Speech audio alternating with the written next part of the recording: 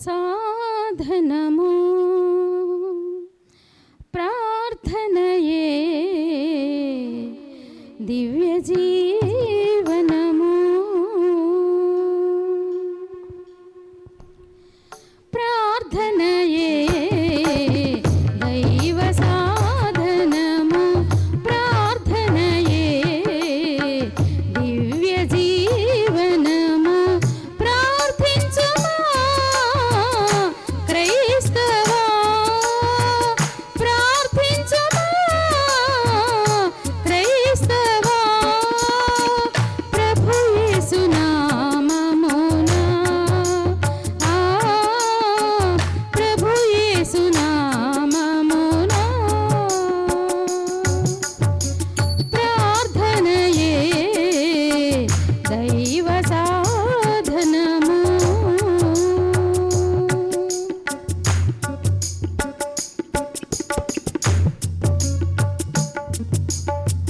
ప్రార్థన ప్రభావము ఇలలో పరమార్థమైన జీవితము ప్రార్థన ప్రభావము ఇలలో పరమార్థమైన జీవితము పరిశుద్ధ పూర్ణత నొసగును పరిపూర్ణ ప్రదీప్త ప్రార్థనయే క్రీస్తు సేవలో నిత్యం నిలుతువు ప్రార్థింపగ నీవు క్రీస్తు సేవలో నిత్యం నిలుతువు ప్రార్థింపగ నీవు సరి సని పని పమగమ పమగరిస ప్రార్థనయే దైవ సాధనము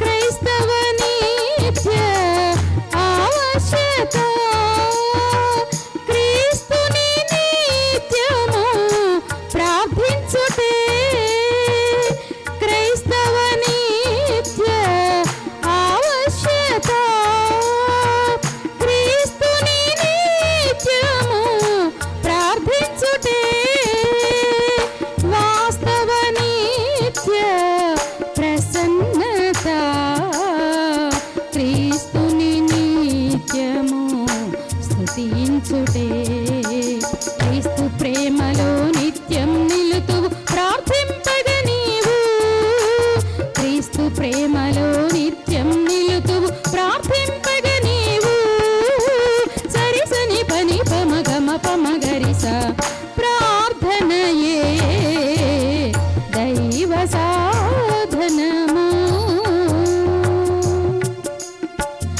ధరణిలో ప్రార్థన దైవాయుధం దారుణ పాపికి శరణాయుధం ధరణిలో ప్రార్థన దైవాయుధం దారుణ పాపికి శరణాయుధం కరుణతో ప్రభుయే సుండిలలో ధర పాపికై బలియాయను క్రీస్తు ప్రేమలో ఫలింప నిత్యం ప్రార్థింపగ నీవు క్రీస్తు ప్రేమలో ఫలింప నిత్యం ప్రార్థింపగ నీవు సరి సని పని పమగమ పమగరిస ప్రార్థనయే దైవ సాధనము ప్రార్థనయే దివ్య జీవనము ప్రార్థించుమా క్రైస్తవా ప్రార్థించుమా క్రైస్తవా ప్రభు యేసు నామమున ప్రభు యేసు నామమున ప్రార్థనయే దైవ సాధనము కృప కలిగిన మా రక్షక నీ పాదాలకు ఎంతో వందనాలు. నీ మందిరంలోనికి రావటానికి మూల కారణం మిమ్మల్ని ధ్యానించటానికి, నీ పరిశుద్ధ మందిరంలో నీ పరిశుద్ధ వాక్యం వినగలగటానికి. కాబట్టి ప్రభా, నీ కృప మాతో ఉంచి నడుపుతూ ఉన్న రీతిని బట్టి మీకు వందనాలు చెల్లిస్తున్నాను. ఈ దినం మీరు మాట్లాడండి తండ్రి. అల్పుడనైనా నన్ను దాచిపెట్టండి. ఎప్పుడు మీరే తండ్రి. నా నోటి మాటలు, నా హృదయ ధ్యానము నీ దృష్టికి అంగీకారముగా ఉండునట్లు నన్ను మలచండి ప్రభా. నీ వాక్యాన్ని నీవు విరిచి మాకు పంచమని తండ్రి. తినగలిగిన బిడ్డలు తింటున్నారు, జార విడుచుకునే బిడ్డలు జార వేసుకొని, ఎన్ని సంవత్సరాలున్నా వాక్యంలో స్పందించకపోతే సాతాను స్వరూపంగా ఈ లోకాన్ని వదులుతూ ఉంటాండి. కాబట్టి వాక్యంతో మా హృదయం స్పందించున్నట్లు నీ కృప చూపమని క్రీస్తు పేర వేడుకొనుచున్నాం తండ్రి. ఆమేన్. ఈ ప్రార్థన అనేది ఒక ఆచారం కాదు, ఒక ఆచార సంబంధమైనది కాదు. ప్రార్థన అనేది భాషా దోషాలు వస్తాయని భయపడేది కాదు. భాషా దోషాలు వస్తున్నాయనేది భయపడేది కాదు. ప్రార్థన అనేది మన పాండిత్యానికి బయటికి చూపించుకోవాలని ఒక గంట సేపు 15 నిమిషాలు భాషతో నింపి మాట్లాడేది కూడా కాదు. పాండిత్యాన్ని చెప్పేది కాదు. అందుకే కొండ మీద ప్రసంగంలో అన్నాడు, ఆత్మతో ప్రార్థన చేయాలి. నీవు ఎక్కువ మాటలతో ప్రార్థన చేయొద్దు, ఎక్కువ ప్రార్థన చేయొద్దు. విస్తరించి ప్రార్థన చేయటం అనేది అది సాతాను చేస్తుంది, కానీ మనుషుడు చేయడు. ఎందుకంటే శరీరము, మనసు, ఆత్మ ఏకీభవిస్తే ప్రార్థన చేయాలి. నీకు నోటుకు వచ్చిన మాటలన్నీ పెద్ద పెద్ద మాటలు మాట్లాడి లోపల ఒక్క చిన్న ఆత్మ కూడా లేకపోతే అది శుభకరమైంది కాదు అనే సత్యం మనం చెప్తూ ఉన్నాం. ప్రార్థన అనేది దైవ సంబంధమైంది. ప్రార్థన అనేది దేవుని చిత్తాన్ని నెరవేర్చమని చెప్పాలి, కానీ మన చిత్తాన్ని నెరవేర్చమని చెప్పడం అనేది చాలా మంచిది కాదు. దొంగలు పోత కూడా ప్రార్థన చేసుకుంటారంట, మాకు డబ్బులు దొంగిలించదండి, మాకు ఇప్పించదండి, ఈ రాత్రి ఎవరింట్లో పడాలి. ఇలాంటి దొంగ ప్రార్థనలు చేసేట. ప్రార్థనలో సత్యం ఉండాలి. ప్రార్థనలో సత్యం ఉండాలి. ప్రార్థనలో నీ ఆత్మలో నుంచి రావాల్సిన పని ఉందని దేవుని వాక్యం మనం చూస్తూ ఉన్నాం. ఆయన సత్యం మన మీద నెరవేర్చడానికి మనం పనిచేయాలి. ఒక్కొక్కసారి మనం అడుగుతున్నాం, అడిగేవన్నీ ఆయన మనకి ఇవ్వటం లేదు. ఈయడు కూడా మన పిల్లకాళ్ళకి అడిగినవన్నీ మనం ఇవ్వగలుగుతున్నామా? ఇవ్వం. వారికి అవసరమనే ఇస్తాం. కాబట్టి మనం అడుగుతున్న ఏంటో మనకు తెలియకుండా అడగటం అనేది చాలా పొరపాటు. అవన్నీ దేవుడు మనకి ఇయ్యడు. ఎందుకు ఇయ్యడంటే 4వ అధ్యాయం యాకోబు 3వ వచనం తీయండి. ముందు 4:3 తీస్తే, మీరు అడిగినను మీ భోగముల కొరకు నిమిత్తం వినియోగించుటకై దురుద్దేశముతో అడుగుతున్నారు కనుక మీకేమీయూ దొరకదు. దురుద్దేశం సౌఖ్యాన్ని అనుభవించడానికి, సౌఖ్యాన్ని కొరకు అనుభవించడానికి ఒక అరగంట కూడా ప్రార్థన చేస్తారు. మంచి భాషే, మంచి తెలుగే, నేర్చుకున్న ప్రార్థనలు. అవి దేవునికి ఇష్టం లేదు, ఆయనకి ఇష్టం లేదు. కాకపోతే అడుగుడి అని దేవుడు చెప్పాడు. ఆయన చిత్త ప్రకారంగా చెప్పిన మాటలు ఏంటి అంటే, రెండింటిని అడిగితే డెఫినెట్గా ఇస్తానన్నాడు. యాకోబు పత్రిక ఒకసారి మనం చూస్తే 1వ అధ్యాయం 5వ వచనంలో, ఎవడైనా జ్ఞానము కొదవగా ఉండి అడిగితే తప్పకుండా వాడి జ్ఞానం ఇస్తాడట. చూసారా? తప్పకుండా. దావీదు అడిగాడు, తను తెలుసా, ఒడిసెలతో గొల్లాతను గెలిచాడు. యుద్ధం రాదు అతనికి, యుద్ధం చేయలేడు. అతను చుట్టూ శత్రురాజులు ఉన్నారు, వాళ్ళని జయించాలా.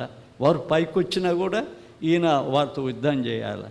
ఆయనకు యుద్ధం రాకపోతే సైన్యాధిపతులు, సైనికులు, మంత్రులు ఏమంటారో తెలుసా, ఈయన ఒడిశల రాజు అంటారు. అందుకని 144వ కీర్తనలో ప్రార్థన చేశాడు. ఏం చేశాడు? నాకు యుద్ధం నేర్పించమని చేశాడు. అందుకేమంటాడు, నా చేతులకు యుద్ధం, నా ఏళ్లకు పోరాటం నేర్పించామంటాడు. దేవుడు ఆయనకి టీచర్ అయ్యాడు. టీచర్ అయి నిపుణ్యత కలిగిన ఒక విలుకాడులాగా, ఒక యుద్ధశాలిలాగా ఆయన సిద్ధపరిచి విజయానికి విజయం ఇస్తూ నడిపించుకుంటూ వచ్చాడు. జ్ఞానం, విద్య దేవుడిచ్చేది కదా. 10th క్లాసుకు పరీక్ష పెడితే ప్రార్థన చేస్తాం అని చెప్పేస్తాం, అందరూ వస్తారు, కానుకలు వేస్తారు. కానీ తెలివైనోడు పాస్ అవుతాడు, తెలియలేనోడు పాస్ కాడు. తెలివైనోడికేమో ప్రభుదాస్ ప్రార్థన చేస్తే పాస్ అయ్యాను. దుర్మార్గులు కదా. ఆయన కాదు అడగవలసింది. జ్ఞానము కొదగా ఉంటే దేవుడిని అడగాలి, ప్రభుదాసుని కాదు. ఆయన దేవుడు కాదు, ఆయన మీకు జ్ఞానం ఇవ్వలేదు. మనుషుడు ఏంటంటే ప్రతి దానిలో డబ్బు సంపాదించడానికి కావలసిన యుక్తి పంతున్నాడు. ప్రతి దానిలో ఆ యుక్తి పంతున్నాడు. అది భయంకరమైంది. ఆ డబ్బే నీ జీవితాన్ని నాశనం చేస్తుంది. ఎందుకంటే అది దేవుని దృష్టిలో మంచిది కాదు. రెండవది ఏంటంటే పరిశుద్ధాత్మ అనగానే పెందుకోస్తు గుడికి పోతే పరిశుద్ధాత్మ దిగుద్ది అనేది ఎంత అబద్ధం. బైబిల్ సత్యం కాదు అది. లూకా 11 తీస్తారా, 13వ వచనం బాగా చూడండి కదా. పరిశుద్ధాత్మను అడిగితే ఎంతో నిశ్చయంగా ఇస్తాడంట దేవుడు. నీకు ఆత్మ నడిపింపు కావాలా, పరిశుద్ధాత్మ నీకు కావాలా అని అడగగలిగితే ఎంతో ఎంతో నిశ్చయంగా, ఆ నిశ్చయంగా ఇస్తాడట ప్రార్థన. చూసారా, ప్రార్థన పరిశుద్ధాత్మను మన దగ్గరికి తెచ్చేది ప్రార్థన. నిశ్చయంగా అంటే డెఫినెట్ ప్రామిసెస్ అవి రెండు. మిగతా ఏంటంటే ఆయన అడిగితే ఇవ్వకపోవచ్చు, ఇవ్వచ్చు. నీకు అవసరం కాదో ఆయనకి తెలుసు. నీకు అవసరమైతే ఇస్తాడు. ఒకవేళ అది ఇచ్చాడనుకో, విస్తారమైన డబ్బులు ఇచ్చాడనుకో, దాంతోనే పాపం చేస్తాం. ఆ పాపమే నీ జీవితానికి, కుటుంబానికి ఒక శాపకరంగా అయిపోద్ది కదా. అది సాతానుడు ఇస్తాడు. డబ్బు కావాలని అడిగితే ఇచ్చేదల్లా సాతానుడే. దేవుడికి కూడా చెప్పాడు ఆయన, నీ ఒక్కసారి నాకు మొక్కు, నీకేం కావాలో చెప్పు. ఆ దినాల్లోనే వాడి చేతిలో సెల్ ఫోన్ ఉన్నట్టుంది. ఇప్పుడు వాడు ప్రజెంట్ చేశాడు మనకు. ప్రపంచమంతా ఒక నిమిషంలో చూపించేశాడు దేవుడికి. అంతా నా చేతిలో ఉంది. నీకేది కావాలో చెప్పు. ఏ కొట్టు కావాలా, ఏ పాపం కావాలా, ఏ ప్రజలు కావాలా, నీకు కమాన్ నేను ఇస్తా. నువ్వే కదా నన్ను లోకాధికారి అన్నావు. నేను లోకానికి అధికారిని, నేను అధికారిని. అలాంటి అధికారులు చాలామంది ఉన్నారు. సాతాను పెట్టుకున్న వాళ్ళు, సాతాను నియమించిన వాళ్ళు లోకానికి అధికారి, డబ్బులకు అధికారి, సాతానికి లోపల లోబడి చేయవచ్చేవారు. కాబట్టి మనం అడిగేయన్నీ దేవుడు మనకి ఇవ్వలేడు, ఇయ్యడు కూడా. ఎందుకంటే మన క్షేమం కోసం ఆయన ఇస్తాడు. మన ఆత్మీయ జీవితాన్ని పడబడకుండా ఉండటానికి ఇస్తాడు. ఇది ప్రార్థన అనేది సామాన్యమైంది కాదు, అది అసామాన్యమైంది ప్రార్థన కదా. ముక్కొంగరిట్టంటూ వచ్చింది, పాస్టర్ గారు ఇటు జుట్టు పట్టుకుంటే దెయ్యం పోయింది, ఈ కాదు ప్రార్థన, ఇటాడి కాదు. అది ఏంటంటే సామాన్యమైంది కాదు, అసామాన్యమైంది. అగ్నిని దింపుద్ది, అగ్నిని ఆర్పుద్ది. చూసారా, 2 పనులు చేస్తుంది. ఆకాశాన్ని చీలుస్తుంది, ఆకాశాన్ని మోస్తుంది ప్రార్థిస్తే ఏలియా. అలానే ప్రార్థన ఏం చేస్తుందంటే నక్షత్రాలతో యుద్ధం చేపిస్తుంది నేను గెలవలేకపోతే. ప్రార్థన ఏం చేస్తుందంటే మరణించిన వారికి జీవం ఇస్తుంది. ఇసుక అడిగితే చూడండి ఎంత జీవాన్ని ఇచ్చాడు దేవుడు. తన నిర్ణయాన్ని మార్చుకొని ఇచ్చాడు. ప్రార్థన చెరసాలను ఉనికిచ్చి పడగొట్టి తన బిడ్డలను బయటికి తెస్తుంది. అత్యర్థమైన శక్తి కలిగిన ప్రార్థనని ఒక పాస్టర్గా నేనేం చేస్తున్నానంటే ఊపితే పాడేయటం, లేపితే లేపటం, ముక్కు వంకర, శరీరం వంకర, ఏం జబ్బుతో చచ్చిపోతే పరలోకం పోవా? దానికోసం ఏంది ప్రార్థన చేస్తాం. పోకపోతే పోయింది. దేవుడు మనకు పెట్టిన ముళ్ళు అది. మనం రెచ్చిపోకుండా పెట్టిన ముళ్ళు అది. ఎవరు చేసినా పోదు. అది నీకోసం దేవుడు ఇచ్చిన ప్రజెంటేషన్. ఎందుకంటే నీ జీవితం ఆత్మీయంగా ఎదగటానికి ఆయన పెట్టిన ముళ్ళు. కాబట్టి ప్రార్థన అనేది చాలా చిన్నదిగా గుర్తించితే చాలా తప్పు అనేది మనం తెలుసుకోవాలి. ఈ ప్రార్థన ఇప్పుడే మనం చదివాం. ఏమన్నాడు? మనం చదివిన భాగం 56వ కీర్తన 7వ వచనంలో, నా మందిరములో మిమ్మల్ని ఆనందింపజేస్తాను, అక్కడ మీ దహన బలులు నేను అంగీకరిస్తానంటాడు. ఆ మందిరంలో బలులు అంటే ఏంది? దహన బలి ఏంది? ప్రార్థన. ప్రార్థన అనేది సామాన్యమైనది కాదు. ఒక యాగముది, ఒక యజ్ఞం, ఒక దహన బలి అది. అందుకే దావీదు కనుక్కున్నాడు దాన్ని. 141వ కీర్తన రెండో వచనంలో ఏమంటాడో తెలుసా? 141 కీర్తన 2 మీకు దొరికిందా? చూడండి, 141:2లో అంటాడు, నా ప్రార్థన ధూపము నేను చేతులెత్తుట. చాలామంది చేతులు ఎత్తుతారు, పాస్టర్ గారు ఎత్తమంటే ఎత్తేస్తాడు. ఎత్తుతారు, కానీ మీరు నైవేద్యం కాకుండా ఎత్తితే సాతాను మిమ్మల్ని మొత్తుతాడు. నా జీవితం నైవేద్యం అయితేనే ఎత్తాలా కదా, ఊరికి ఎత్తమంటే అందరు ఎత్తేస్తాట. ఉండేదేమో పాడు బతుకులో ఉండి చేతులు ఎత్తడమేమో ఆయన చేతులు తట్టెత్తితే అది ఎంత అధర్మం. దావీదు నేర్చుకున్నాడు, నా ప్రార్థన ధూపం నేను చేతులెత్తుట, సాయంకాలం నీకు నైవేద్యం అంటాడు. కాబట్టి ఈ ప్రార్థన ధూపం, సాయంకాలం నైవేద్యం. ఇలా ప్రార్థన ఉండాలి అంటే లోపల ఆత్మ ప్రార్థన చేయాలి. చాలామందికి ఆత్మ చచ్చిపోయిన వాళ్ళు ఏం చేస్తారంటే మాటలు ప్రేమేస్తారు, దాన్ని చాలా రుచికరమైన మాటలు ప్రార్థనలో పెట్టడానికి ప్రయత్నం చేస్తారు. వినేవాళ్ళు అమ్మో ఎంత పెద్ద ప్రార్థన పరుడు అని వినటానికి. ప్రార్థన మాటల మూట కాదు, ఆత్మ నడిపింపు ప్రార్థన. చూద్దాం ఒకసారి రోమా పత్రిక 8వ అధ్యాయం 26వ వచనం. రోమా 8:26 చూడండి, అన్నిటికీ బైబిల్ ఆధారం తీసుకుందాం. ఏమంటాడంటే, అటువలే ఆత్మయు మన బలహీనతను చూచి సహాయం చేయుచున్నాడు. ఏలయనగా మనము యుక్తముగా ఎలా ప్రార్థన చేయవలనో మనకు తెలియదు. యుక్తంగా చేయాలా, పెద్దగా చేయకూడదు. చూసారా, ఒక్కొక్కసారి ఉపవాస ప్రార్థనలు పెట్టుకుంటే నేను ప్రార్థన చేసే మళ్ళీ పక్కన వాళ్ళు చేస్తారు, పక్కన వాళ్ళు చేసే ఒకరు చేస్తారు, తర్వాత ఒకరు చేశారనుకో, కృపారావు గారు చేశారనుకో ప్రార్థన, ఆయనకంటే నేను ఇంకా పెద్దగా చేయాలి. ఈ పోటీతత్వం, ఒరే ఆ పోటీతత్వం అంతా సైతానులు. ప్రార్థనలో పోటీతత్వం ఏంది? ఆత్మ నడిపింపు కావాలి ప్రార్థనకి. ఇంకా ఏమని చెప్తాడు చూడండి, ఇంకా ఏమంటాడు, మనకు తెలియదు కానీ ఉచ్చరింప శక్యం కాని మాటలతో ఆత్మ తానే మన పక్షమున.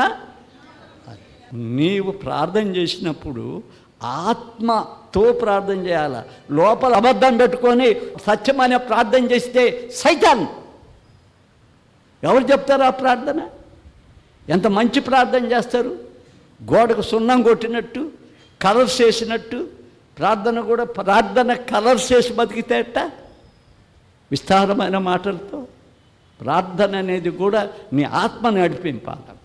అది నీ ఒక రీతిగా నీ బతుకుని గురించి దుఃఖపడుతుంటే లోపల నీ అంతరాత్మ ప్రార్థన అన్న దాంతోనన్నా నేను పాయింట్స్ చేయించుకోవాలా, నేను భక్తి పరువుని అనిపించుకోవాలని 1 గంట ప్రార్థన చేస్తే ఎట్టుంటుంది? అది దేవుడికి వెర్రితనంగా ఉంటుంది. ఈ వెర్రి అని.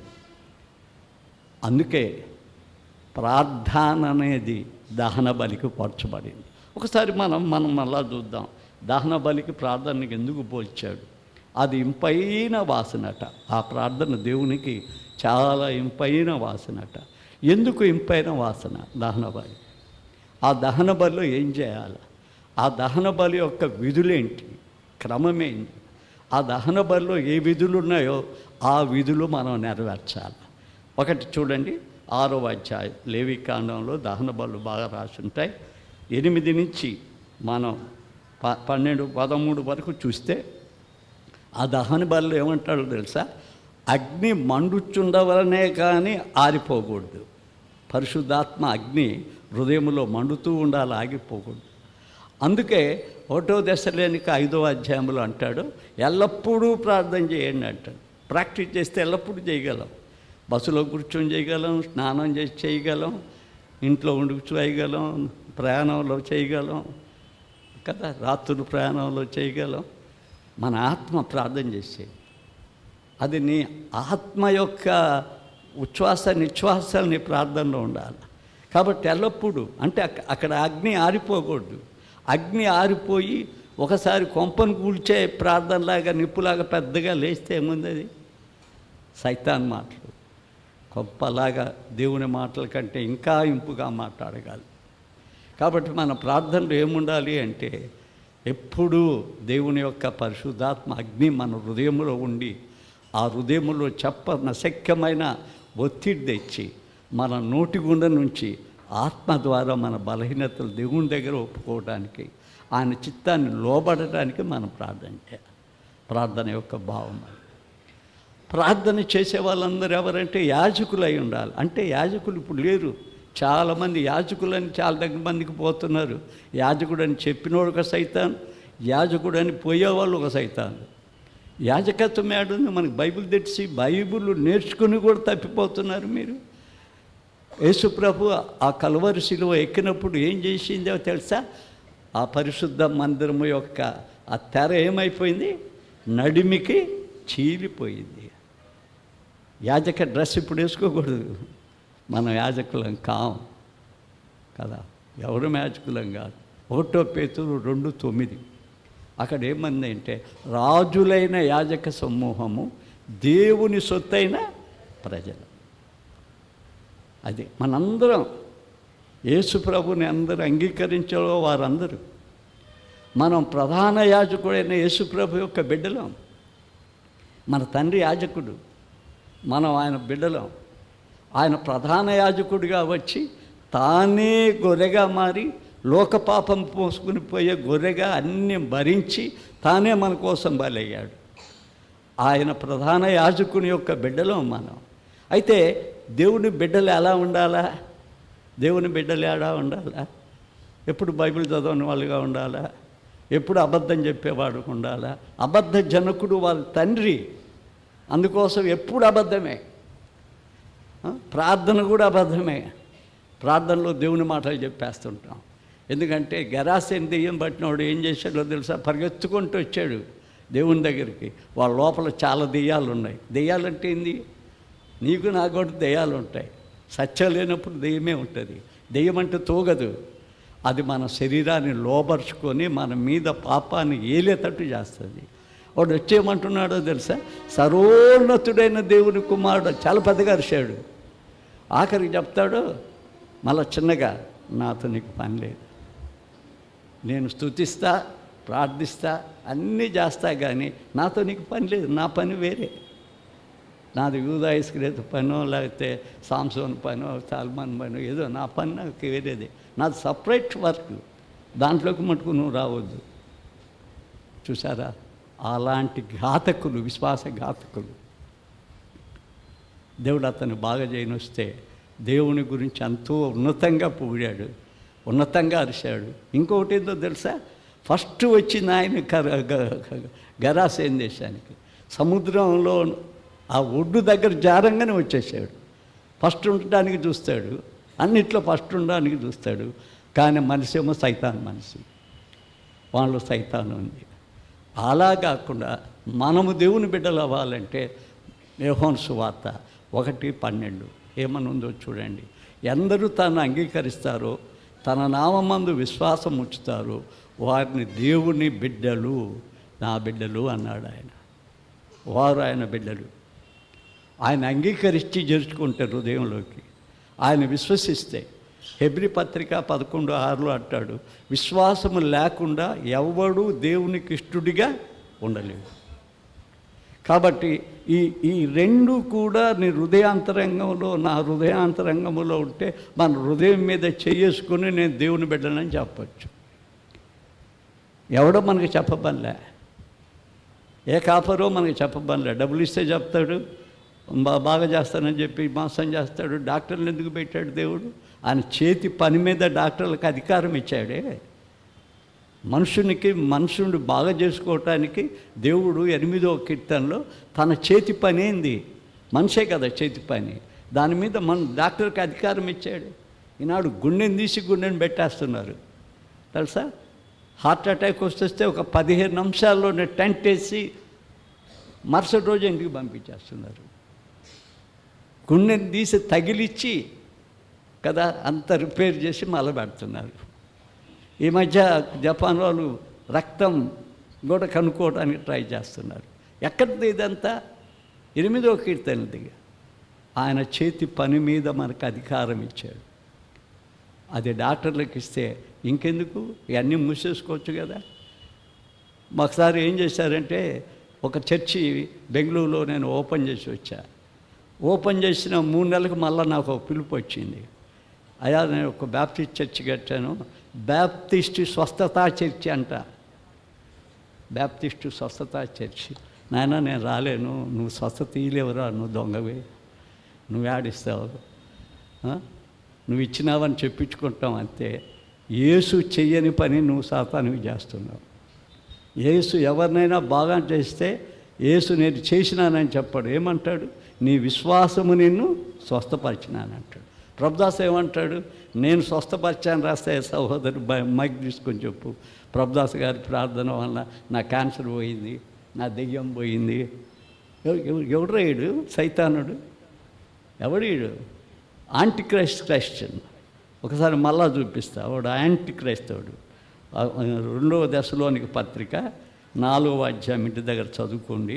9లో వాడు పని రాశారు చూడండి. నశించున్నవాని తాను రక్షించబడుటకై సత్య విషయమును ప్రేమను అనుసరించకపోయేది కనుక వాని రాక అబద్ధ విషయములో సమస్త బలముతోనూ నానా విధములైన సూచక్రియలతోనూ మహత్కారములతోనూ ఆఖరికి వాడు దుర్నీతిపరుడు. నీతి చచ్చిపోయింది వాడికి. దేవుని గుడి అంటే భయం లేదు, దేవుని డబ్బులంటే భయం లేదు, దేవుని సన్నిధి అంటే భయం లేదు. పక్క సాతానుడు. దుర్నీతి నిండిపోయింది అది. కాబట్టి మనం ఆయన బిడ్డలం కావాలి అంటే ఆయన విశ్వసించాలా. మనకేం దొరికినా ఆయన విశ్వాసం మీద మనకు దొరుకుతుంది అని మనం చెప్పాలి. తర్వాత రెండవది మనం ఏం చూస్తున్నాం ఈ దగ్గర అంటే, అతను బలిపీఠం మీద అమ్మ వేసిన తర్వాత అది మనం నేర్చుకుందాం. బూడిద వస్తుంది. ఆ బూడిద ఏం చేస్తుందంటే ప్రతి ఉదయకాలం ఆ బూడిదను తీసి పాలము వెలుపల పోస్తాడు. బూడిదని తీసేయటం క్లుప్తంగా చెప్తాను. దాన్ని మీరు కాపర్లు ఉంటే దాన్ని డెవలప్ చేసుకోవచ్చు మన టయాన్ని బట్టి. 45కి ముగించాలి కాబట్టి. ఏంటంటే ప్రతి మానవుడు కూడా బలహీనుడే. రక్షించబడ్డం, ఇప్పుడే పరలోకానికి వెళ్తాం అనేది ఉత్తమాట. వాడేవాడు రక్షించబడటం రక్షణలోనే లేదు కదా పరలోకం. రక్షించబడ్డవాడు నీతిమంతుడిగా తీర్చబడాలా, నీతిమంతుడిగా తీర్చబడేవాడు పరిశుద్ధపరచబడాలా, పరిశుద్ధపరచబడ్డవాడు ఇంకా ఏమవ్వాలా? మహిమపరచబడాలి. 4 క్రియలు చేయకుండా ఆ చర్చి మొదటి మెట్లో నిలబడి నేను పుల్పిట్లోనే ఉన్నాను దేవుడి దగ్గర అంటే అట్ట అదంతా తప్పు. అట్టే చాలామంది చెడిపోతున్నారు, చాలామంది చెడిపోతున్నారు. మానవ జీవితంలో మట్టి పడక తప్పదు, బూడిద పడక తప్పదు. చిన్న చిన్న అబద్ధాలు లేకపోతే చిన్న చిన్న ఏవో కొన్ని చిన్న చిన్న కలతలు మనకు తెస్తాయి. అందుకని దావీదేమంటాడో తెలుసు, 5వ కీర్తన 2-3 వచనాలు చూడండి. ఉదయమునే నా కంఠస్వరము నీకు వినిపించును, ఉదయమునే నా ప్రార్థన సిద్ధపరిచి నీ పాదాల దగ్గర నేను కాచి ఉంటాను. ప్రతి ఉదయం కూడా ఏం చేయాలి అంటే తన్ను తాను కడుక్కోవాలి. ఆ బూడిద ఉంటుందండి, అది తీసుకుపోయి పాలెం వెలుపల అంటే ఈ మానవునిలో ఉన్న ఇంకా అది రానివ్వకుండా దాన్ని తీసుకుపోయి బయటపడేయాలి. ఈరోజు నేను ఒక అబద్ధం ఆడాను, ఆ అబద్ధానికి నాది నొచ్చుకోవాలి, గుడ్డే నొచ్చుకొని ఆ బూడిద పెరిగితే ఏమైపోతుందో తెలుసా? పెరిగి పెరిగి పెరిగి నన్ను ముంచుద్ది, నా ఇంటిని ముంచుద్ది. కాబట్టి ఏం చేయాలంటే అది తీసుకుపోయి పాదము వెలుపల పడేయాలి. Free mind, free heart. ప్రతి ఉదయకాలం మానవుడికి జరగవలసిన సంకల్పం అది.